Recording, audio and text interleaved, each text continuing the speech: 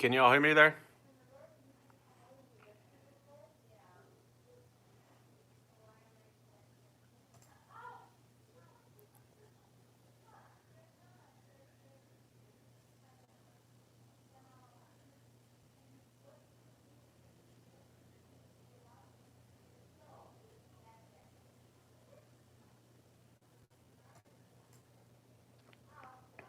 Excellent. I'll be back.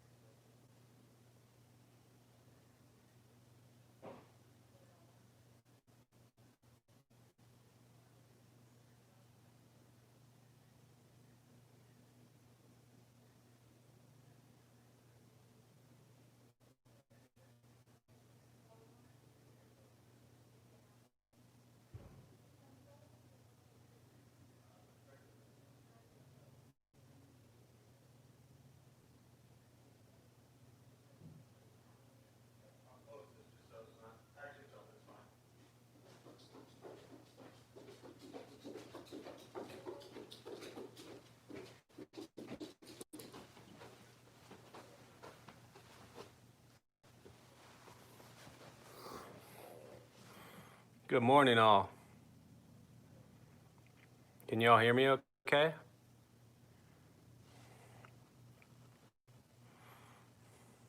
I think I did it right this time. Yep. Oh my, and I actually get to see your chat messages too. Look at that. Fascinating. All right, give me 1 second here while I pull this up.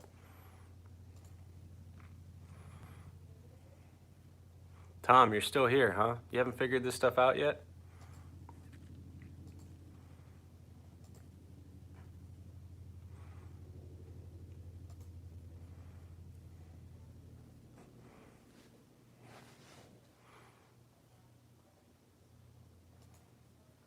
Okay.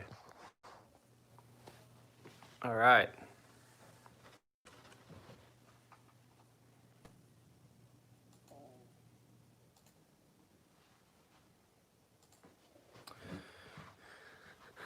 Oh, this is interesting because normally when I lead these classes, I'm at Temple, which I'm obviously not at right now, and I have no idea who's on here or who's saying what.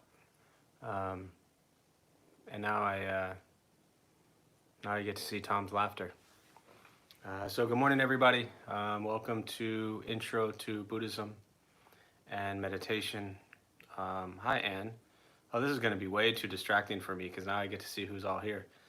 Have you all been here week after week after week and you still keep showing up? So I'm not at the Dharma Bum Temple. I am live on location at my parents' house. So I'm happy to be with you all today. Sorry I missed the last two. It's as the world is a little hectic right now, as always. my life has been also. So it's been, the last two times have been tough to get to temple. And then what is today? Saturday. So Tuesday, I tried to do this from here, and for some reason it couldn't connect. So, but it's nice to be with you all. Why don't we start with a simple question? I'll just give a few minutes before the million followers jump on and join us live. Why don't you share something that is most challenging for you right now? And we'll take about 2 minutes. You can all answer that question, and then we'll get started with the meditation.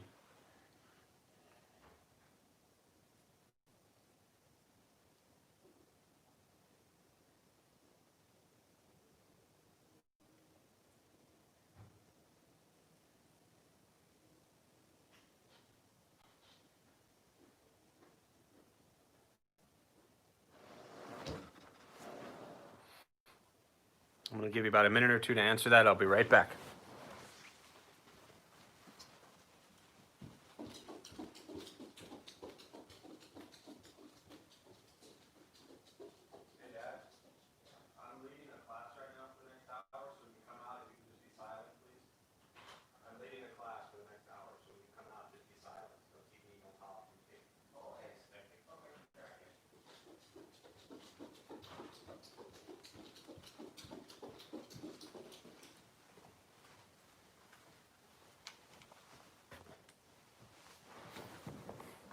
Challenging.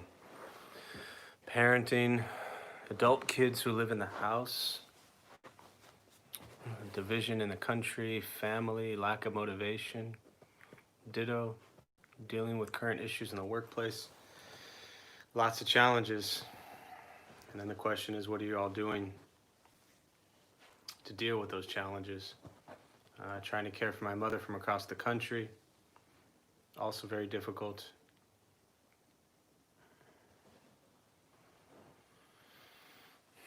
Weighing the risk of visiting loved ones, family, knowing the safest thing to do is isolate. Yeah, it's also a tough call. And, what's interesting is with any decisions I think we face in life and challenges is nobody really knows. Lots of people, regardless of what the issue is, everyone always has their opinions and ideas and thoughts and views of how to treat situations. And, nobody really knows. A lot of it is a guessing game, and we try to use the most educated, wise decisions or information we hear and gather, I think, make decisions. But it's a difficult time right now to make a lot of decisions. So it's a challenge. Trying to be patient, come to the table with loving kindness. It's hard, yeah. I think it's harder if you don't come to situations with loving kindness. I think if you come with anger and frustration and bitterness, it'll make any situation more difficult. So at the end of the day, you really just have to, I think, sit down and always explore your intention and what your motivation is for doing things.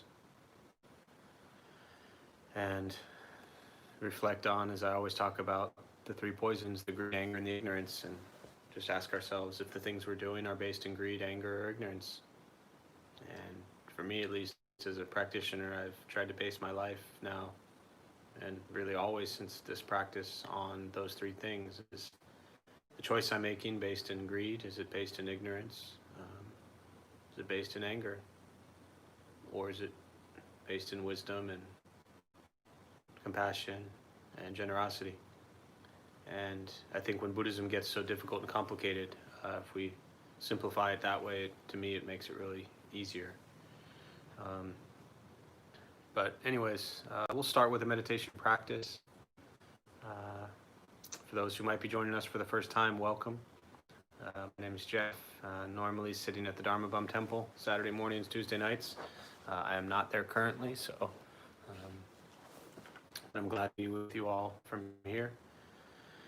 And we'll start with a meditation practice for those who might be joining us for the first time. A couple things I'll tell you before we begin.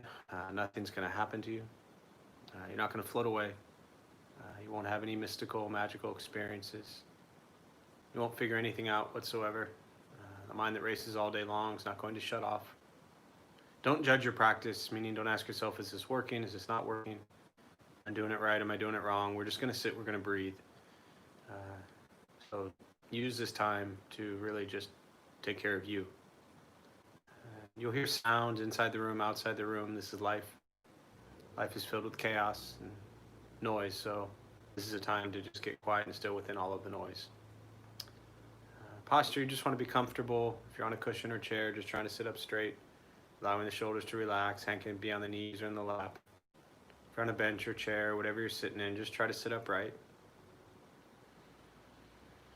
Closing the eyes if comfortable. Mouth is open or closed, whatever's comfortable. I'll guide us as we begin. We'll settle into a little bit of silence. Most important, don't expect anything from this practice. We're just going to sit and breathe.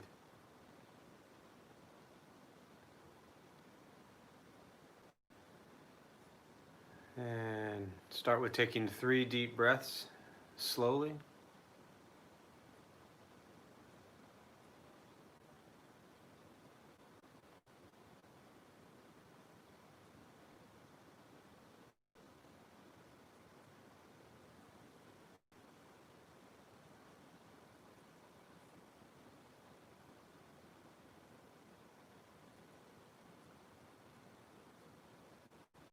Just settle into a natural rhythm of the breath.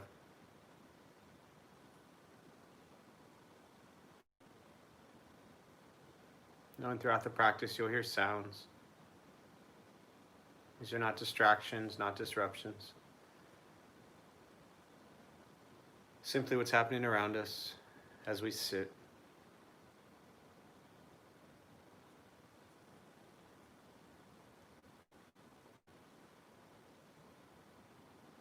Noticing the mind as it wanders, jumping from thought to thought.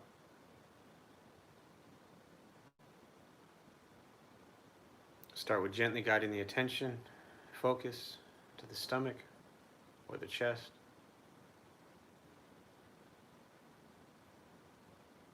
And breathing in, you feel them rise.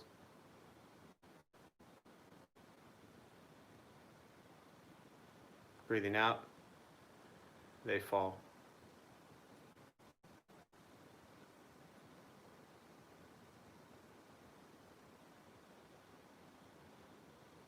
Simply continue this practice,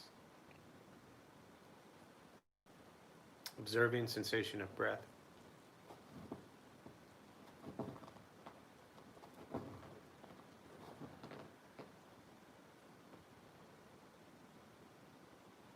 Expecting nothing but to sit and breathe.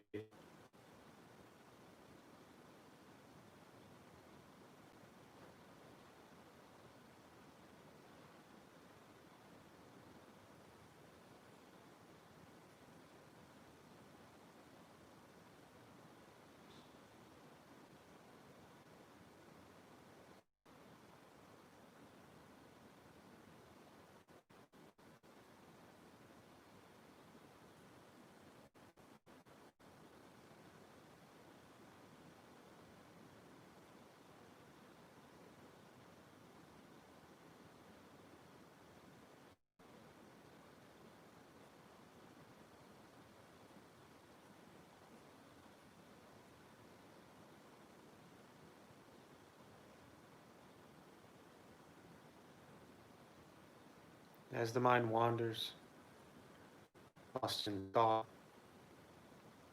recognize it.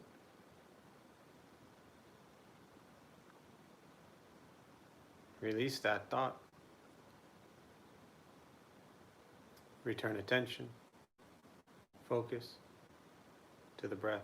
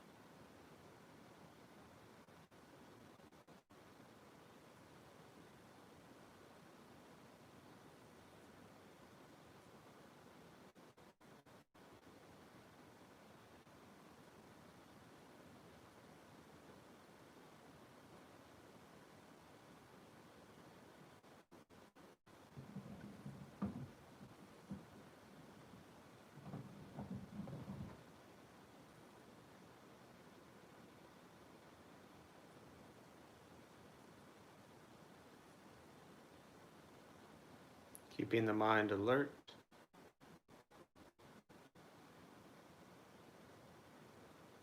aware of each sound,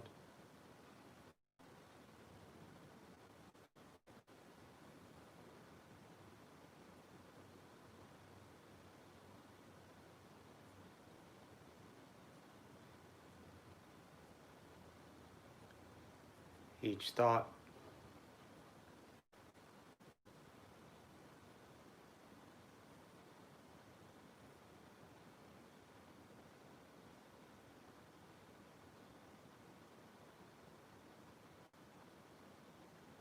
each physical sensation.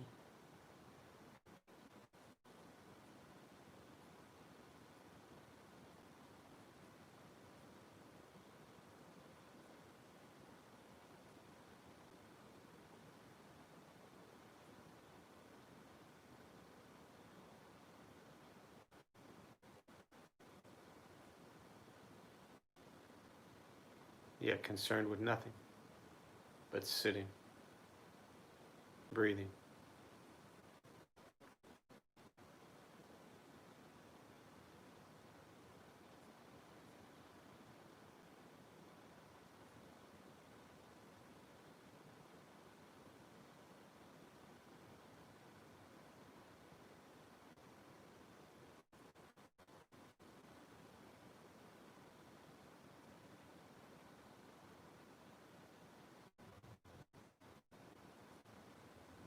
Learning to be comfortable in stillness,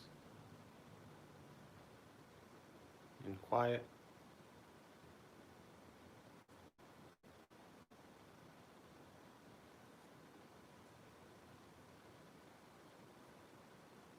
wanting nothing but to sit and breathe.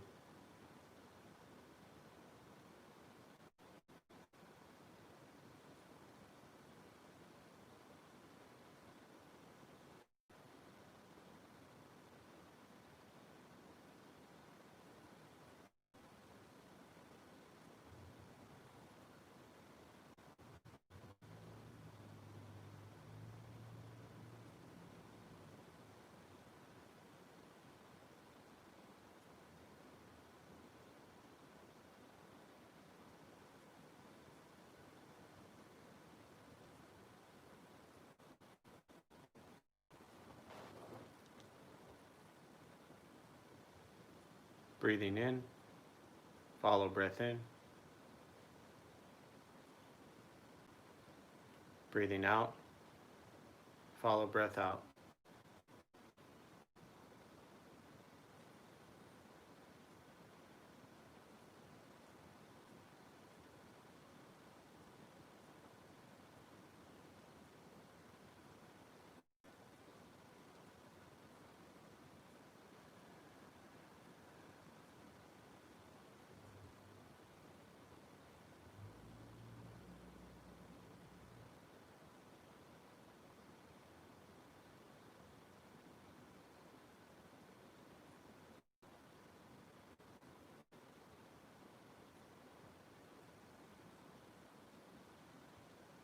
Where's your mind?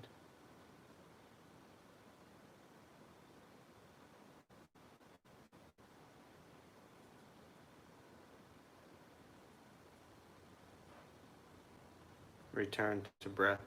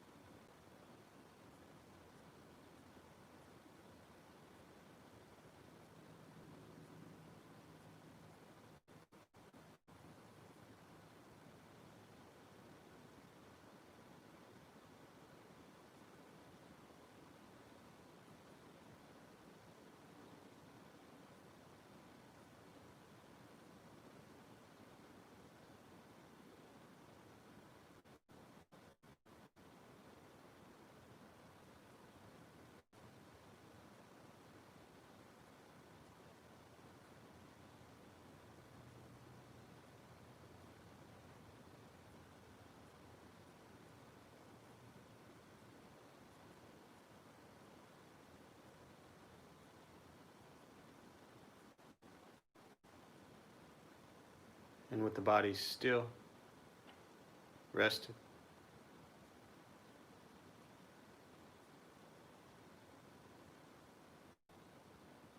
and the speech quiet, aware of all sounds, and the mind learning to settle.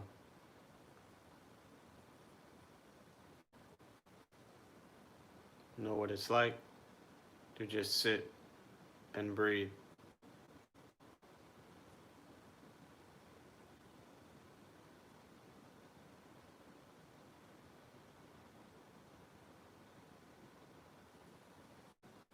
Knowing with each breath, there's nothing else to do, nowhere else to go, no one else to be.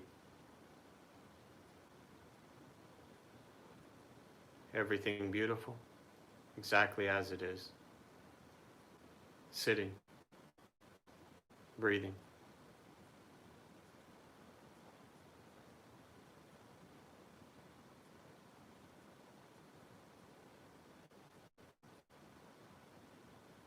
And once again, taking 3 deep breaths, slowly.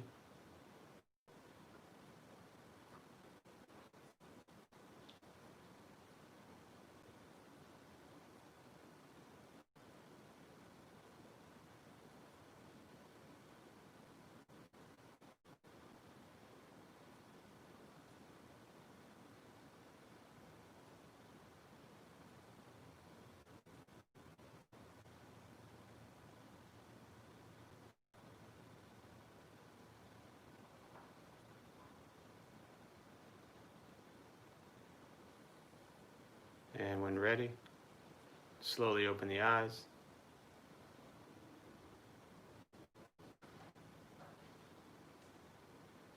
Slowly begin to move.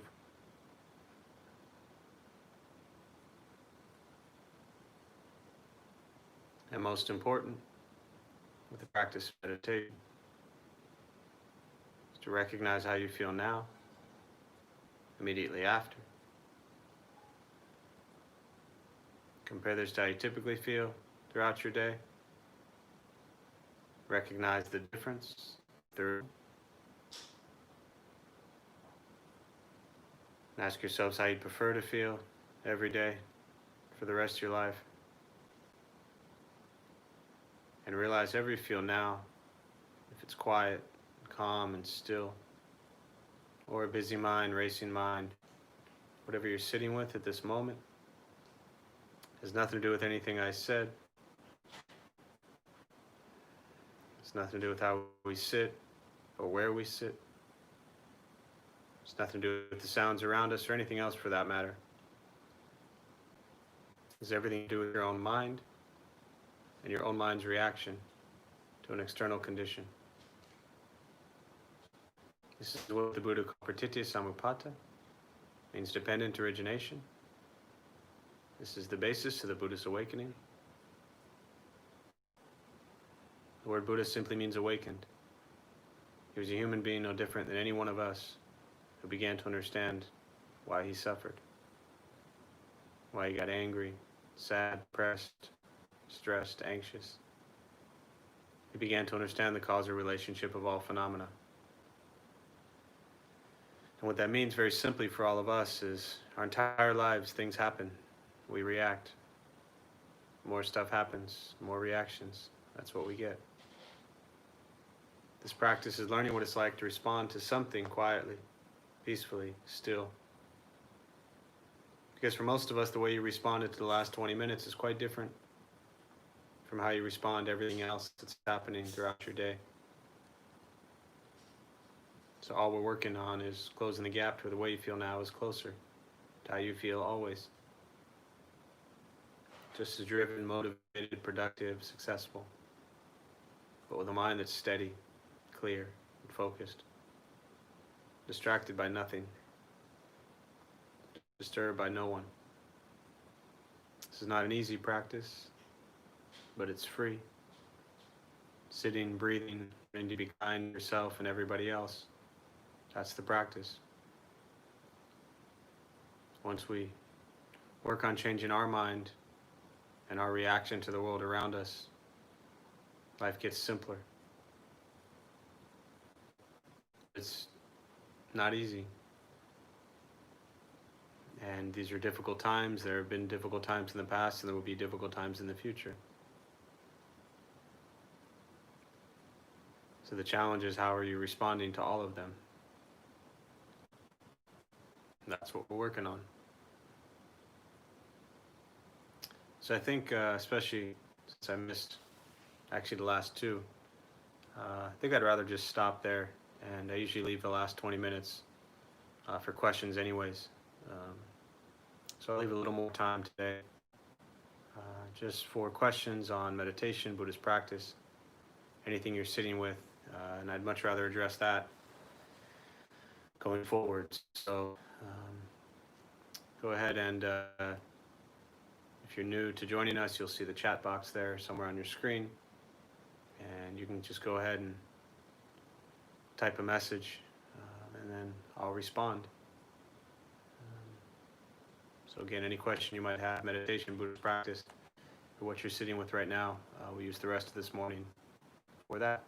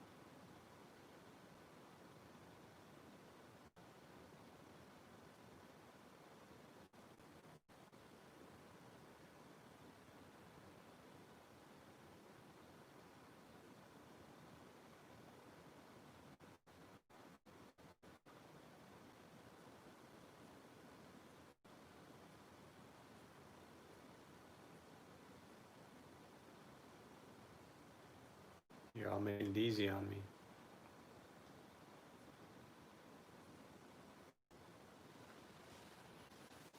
All right. It's funny because for whatever reason, again, my laptop didn't work. So I pulled it up on my phone. So I'm recording on my phone, but my laptop has the recording. So I see myself, and then I see myself fuzzy and on a delay. And then I see the questions. So here we go. I know it's important not to judge your practice, but I was also wondering if it's important not to be complacent with it. I've been worrying about that. And David, I see your question. I'll start with the first one. Yeah, I talk a lot about not judging the practice because, to me as a Zen practitioner, the idea is to stay present with things as they are. And so, for those who've never heard me talk about that, if you're constantly comparing, your practice today to yesterday to tomorrow, then you're really not in the present moment. You're stuck in how you were yesterday versus today versus tomorrow. So that idea of just being with each moment as it is, not judging your practice, is important, and just to continue to work. But yes, you bring up a good point that you don't want to be complacent in that, often when I say don't judge your practice, I think what I'm also talking about is don't critique yourself. It doesn't mean you can't observe how you're doing with your practice. Again, you take the 3 poisons of greed, anger, ignorance, or you look at the paramitas I always talk about: generosity, morality, patience, diligence, concentration, wisdom. There are moments in our lives where we lack generosity or we lack morality, and we have to observe that. We have to be aware of that. We have to recognize that. So, if you treated somebody like crap yesterday, the practice isn't about saying, well, it's a new day, so the way I treated them yesterday doesn't matter. No, it does matter. And so you don't want to be complacent, meaning you want to continue to have the diligence. It is really the last teaching the Buddha said, which to me is, I think, quite profound, where you have this, brilliant human who decides to leave the community with his last teaching. And they were worried about, what would happen when they were gone, when he was gone. And he said, I've left you all the teachings. Be a light unto yourself and strive on with diligence. So here's this enlightened dude, and the last thing he says is be diligent, which is definitely not complacent. So you have to be aware of your practice and work diligently at it. But try not to critique it. Try not to hate yourself for things you've done this morning or yesterday or in the past. But recognize the things you've done that maybe were not such great practice, and work very diligently to transform that and cultivate the anger into compassion, or the greed into generosity, or the ignorance into wisdom. You definitely want to work on transforming those, and you must be aware of them. So hopefully that helps. As stated before, I've been reflecting on my intentions. Sometimes I'm confused because I think my intentions are from a loving space, but the results don't show that. Someone gets hurt. Yeah, it's funny. Let me read that again. I think my intentions are from a loving space, but the results don't show that. Yeah, I mean, I talk a lot in Buddhist teachings about the intention behind all of our actions. Karma is action. And so everything we do, body, speech, and mind, it's all about our karma, what we put into the world. And behind all of those is our actions. So, or our intentions, I should say. So sometimes our intentions we might think are coming from a loving place. But the reality is, whether they come from a loving place or not, it can hurt people. We've probably had times where intentions not come from a loving place and it didn't bring hurt to somebody else. So the reality is we never know what our intentions and what our actions are going to transform into with regards to how other people perceive them. But really the practice is to ideally continue to work and come from that loving place, and know that you can't control people's reactions to it. And often your intention may come from a loving place out of, maybe honesty and morality, but maybe it's not what somebody else wants. And so therefore they get hurt. But I think we want to be careful, getting into this world, or this idea of always trying to please. There's that expression of people pleaser. I think you have to be true to yourself and your core and who you are.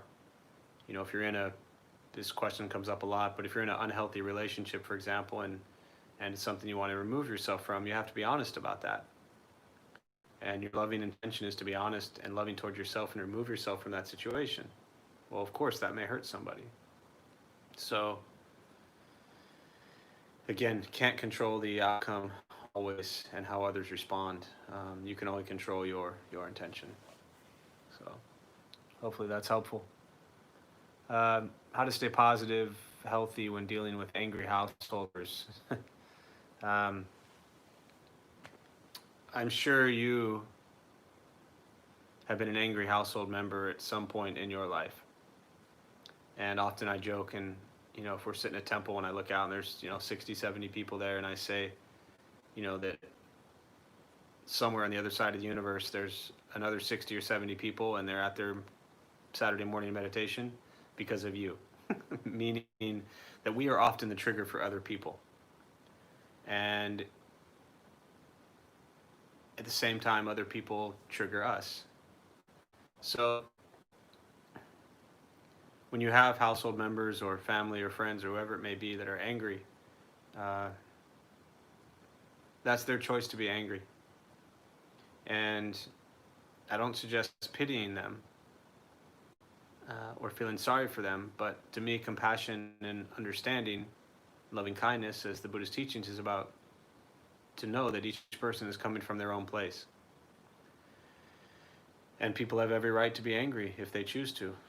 That's really up to them, just like every emotion you have is your choice. So, often the questions, even in just the last two, um, as far as, how do our intentions interact, affect somebody else, question of how do we stay healthy because of somebody else, it's often about a dynamic of someone else. And the reality is that we have been that unhealthy, angry person also. So try to just respect that they have their views and their opinion and their anger. And if you add more anger to it, it's often just going to make it worse. So, again, that's the practice of patience. I'm not saying it's easy, right? One of my favorite Zen expressions is, to a worm in horseradish, the world is horseradish. So, if you're constantly around angry people, what you really want to make sure is that you don't become constantly angry, because then that just perpetuates and makes it worse. So, when you are around angry people, it's even more important that you stay positive and healthy, and simple things, do things that you enjoy in the world that we're in. People hopefully still, if you're locked up, watching videos, watching cartoons, watching things that that you laugh, things that make you smile, that you enjoy, and try to keep that a part of your life as well.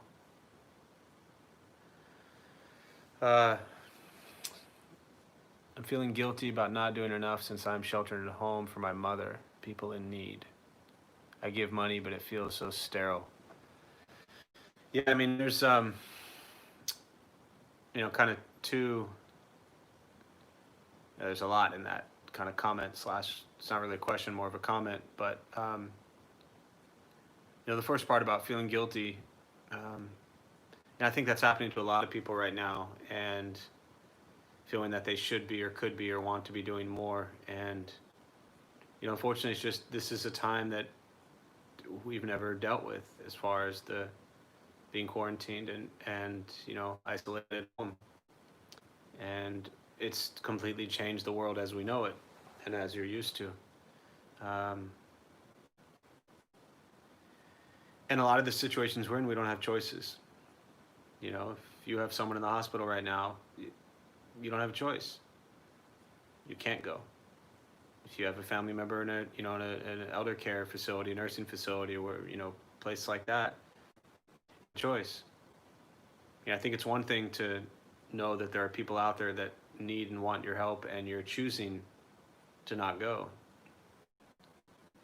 But you can go bang down that hospital door all you want, and they're not going to let you in. So I think in situations like this, we just have to know, again, it's about intention. We live in these physical form, this body that comes together for a period of time, and as the Buddha taught, impermanent, and comes together for a period of time and then ceases to exist. But what continues on is our consciousness, our karma, our actions, our intentions. So in situations where you're isolated or locked away from people that you know and love and want to be with, continue to send them, from your heart to their heart, loving kindness and compassion, trying to reach out in any ways you can if that's possible.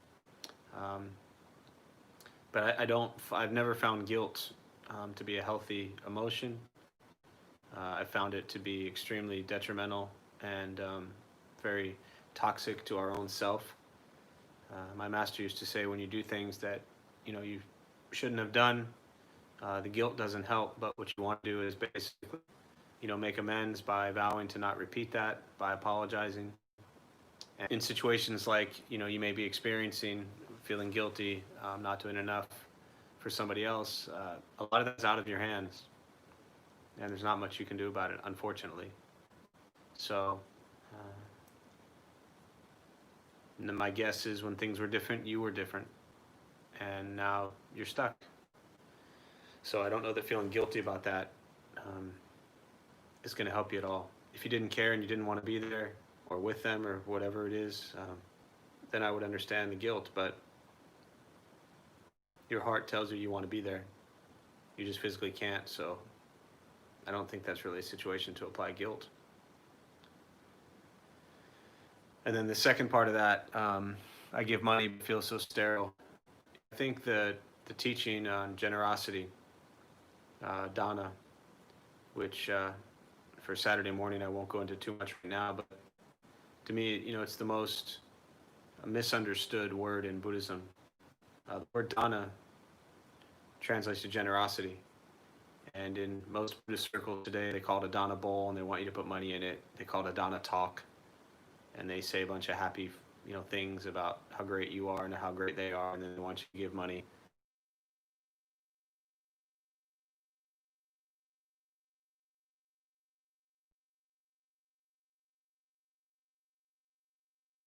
The Buddha himself would have died without that. They went begging for alms every day. There's a great story. Nathapadika was the wealthy merchant who donated all the land for the Buddha and his disciples to practice.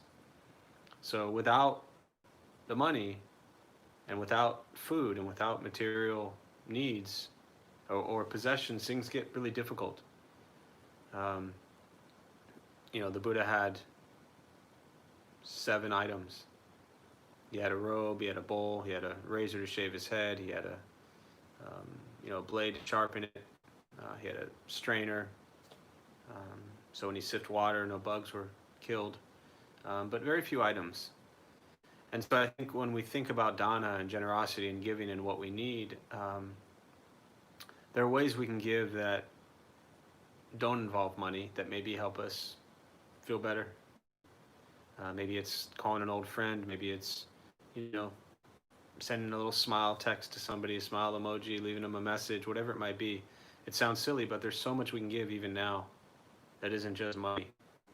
And I think it's important right now that we open up our heart, we open our minds, and we start to explore what are ways I can give to family and friends and strangers and the community and everyone who's suffering right now. And about the money being sterile, it might feel sterile to you, but I guarantee you, to those that receive it, it's not sterile. It's helpful if you're, giving to the places that you feel really good about. And giving a hug is very different from giving money, but both are beneficial. And there's a lot of organizations out there right now trying to staff and support a lot of the issues going on today, and the money is helpful. So while it might seem sterile to you, because it seems not so personal, it's very important. I remember the early days, and I'll just touch on this briefly. And when we first started Dharma Bum Temple downtown, and I had this crazy idea from my old consulting days where I had all this money that I thought that I would just fund everything for the temple. And for the most part, I did that for the first year and a half, maybe 2 years. We had no places to make donations at temple. There was nothing in a newsletter, email, or anything about raising funds for anything. I just paid for everything. This is 2007, 2008, going into 2009. And I was really trying to shield people from being able to give, because I didn't want money to get involved with the Dharma Bum Temple. And eventually realized that was foolish on many levels. One, I ran out of money, so that was kind of done. And I had also kind of thought that the community would catch on soon enough and start supporting it. But there were no even avenues to support or channels to support it. And so when I ran out of money and we were renting the space downtown for $2,500 a month, and this is kind of just some history stuff for some of you who may be around Dharma Bums a while and never heard this part, but after running out of money and then realizing we still had to pay rent $2,500 a month, I started to open up and at least let people know, like, hey, Dharma Bum Temple, this is what we, spent every month. And people started to support it.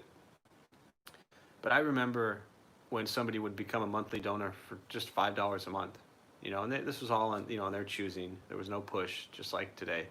But I remember how thrilled I was and how exciting it was when I got that email that came in that said, new monthly donor, so-and-so, $5 a month. I thought that was the most beautiful thing in the world. So when we did the fundraising campaign to buy the new temple, and I was talking about Ahmad, but as a starving college kid, he says, Jeff, I want to support this effort to buy the new temple. And he takes out his wallet and he pulls out a dollar bill and he hands me a dollar. He had another bill in his wallet, and then he said, you know what? He reached his hand back in and he gave me another 10. He said, here's $11.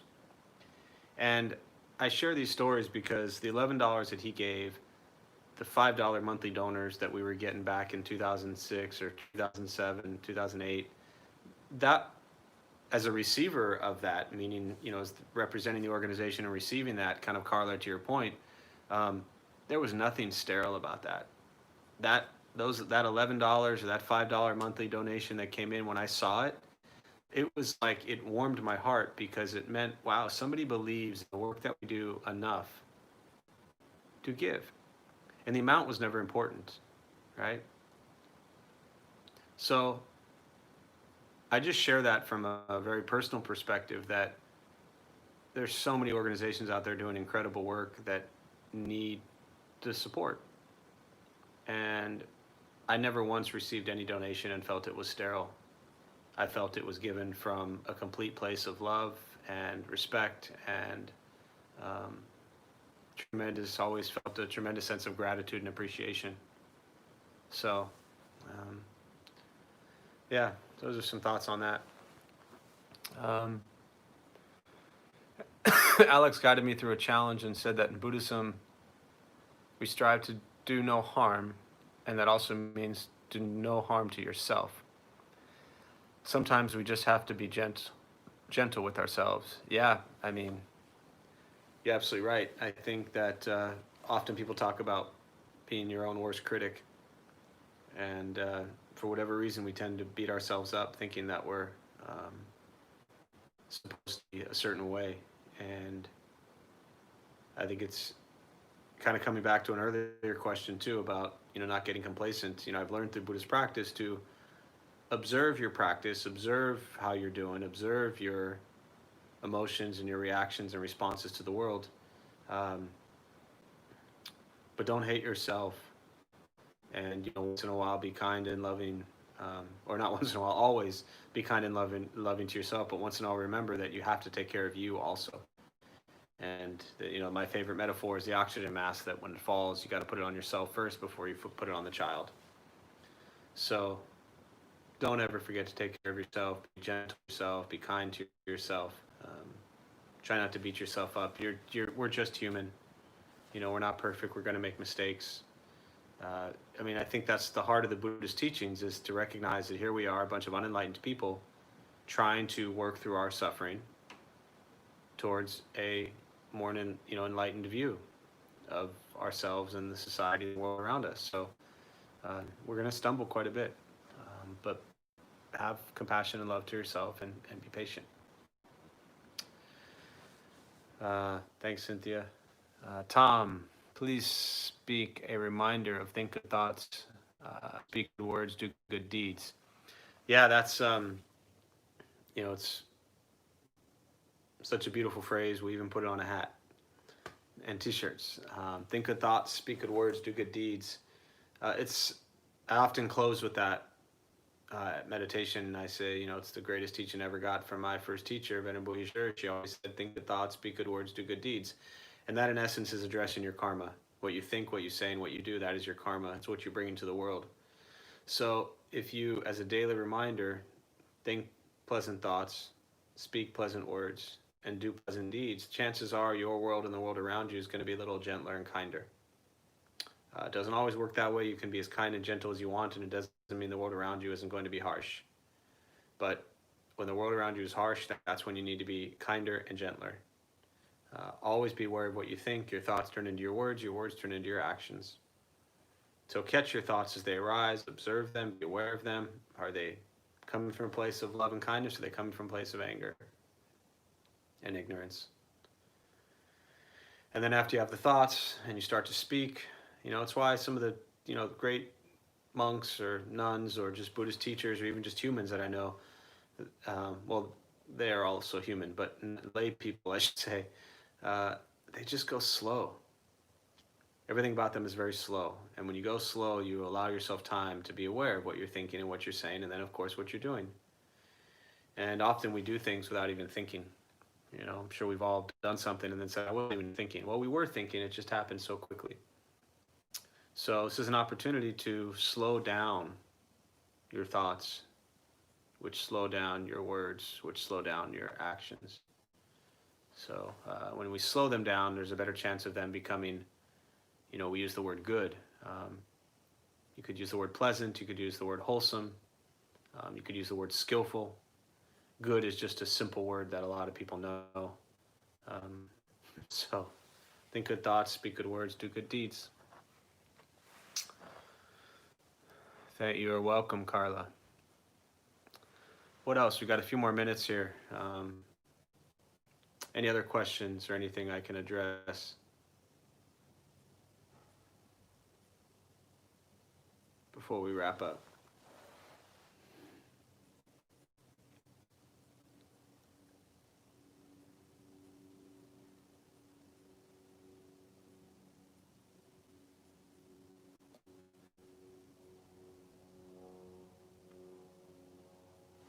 Make sure I didn't miss anything up top.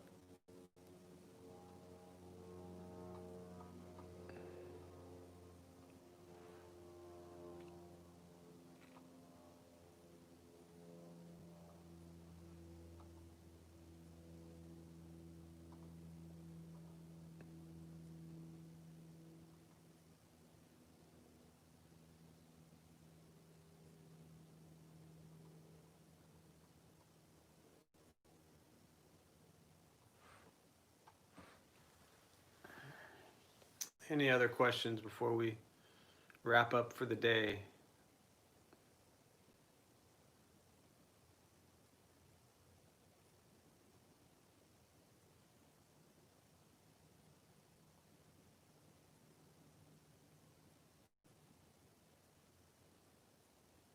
All right. So with that, we'll join palms if you choose. And we do what's called a transfer of merit. May any merit gained from this practice be transferred to all beings in all directions. May all be at peace. May all be free from suffering. May any merit gained be transferred to Vicky's mother during her time of rebirth, and to Vicky, Cheyenne, and their family and friends who suffer at this time. May they all be at peace and free from suffering. May we all be at peace.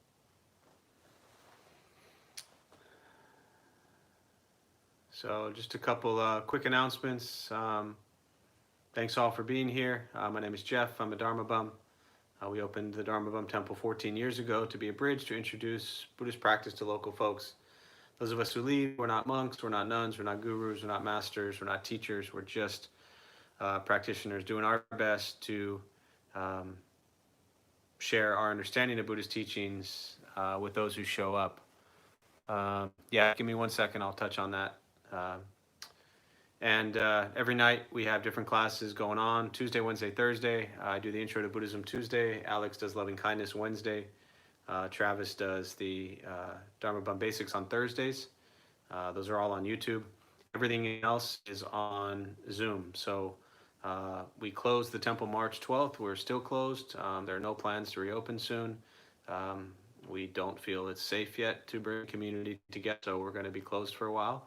We do have about 90%, probably almost all of our classes are online, so there's stuff every morning, Monday through Friday, 8 and 8:30. Every night we have classes, our recovery sangha, our family sangha, our college sangha, our teen sangha, everything is going on. So while we might not love it virtually and remotely and staring at screens, it's what we have, so we make the best of it.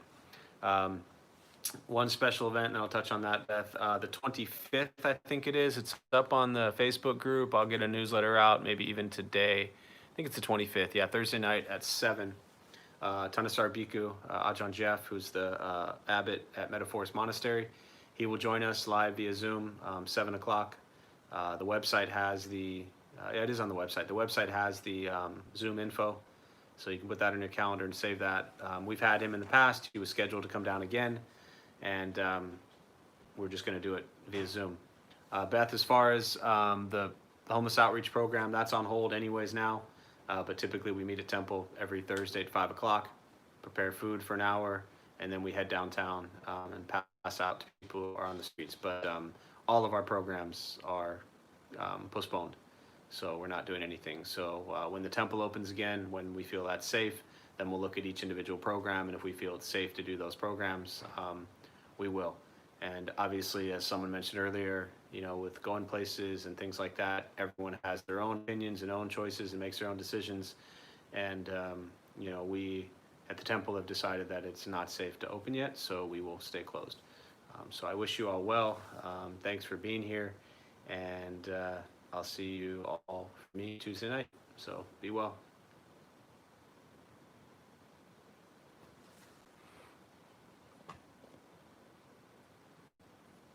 DBT, shout out.